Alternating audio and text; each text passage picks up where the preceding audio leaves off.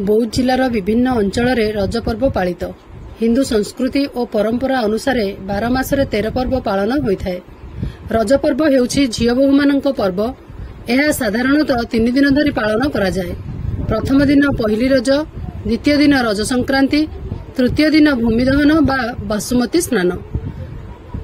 एही 3 दिन झियो माने सकाळु उठी नित्यकर्म सारी नुआ ड्रेस पिंधि पादरे अलता लगई सांग मानक सहित रजदोली, काचकौड़ी, चेस, लुडु गोटी आदि विभिन्न खेल खेली थांती।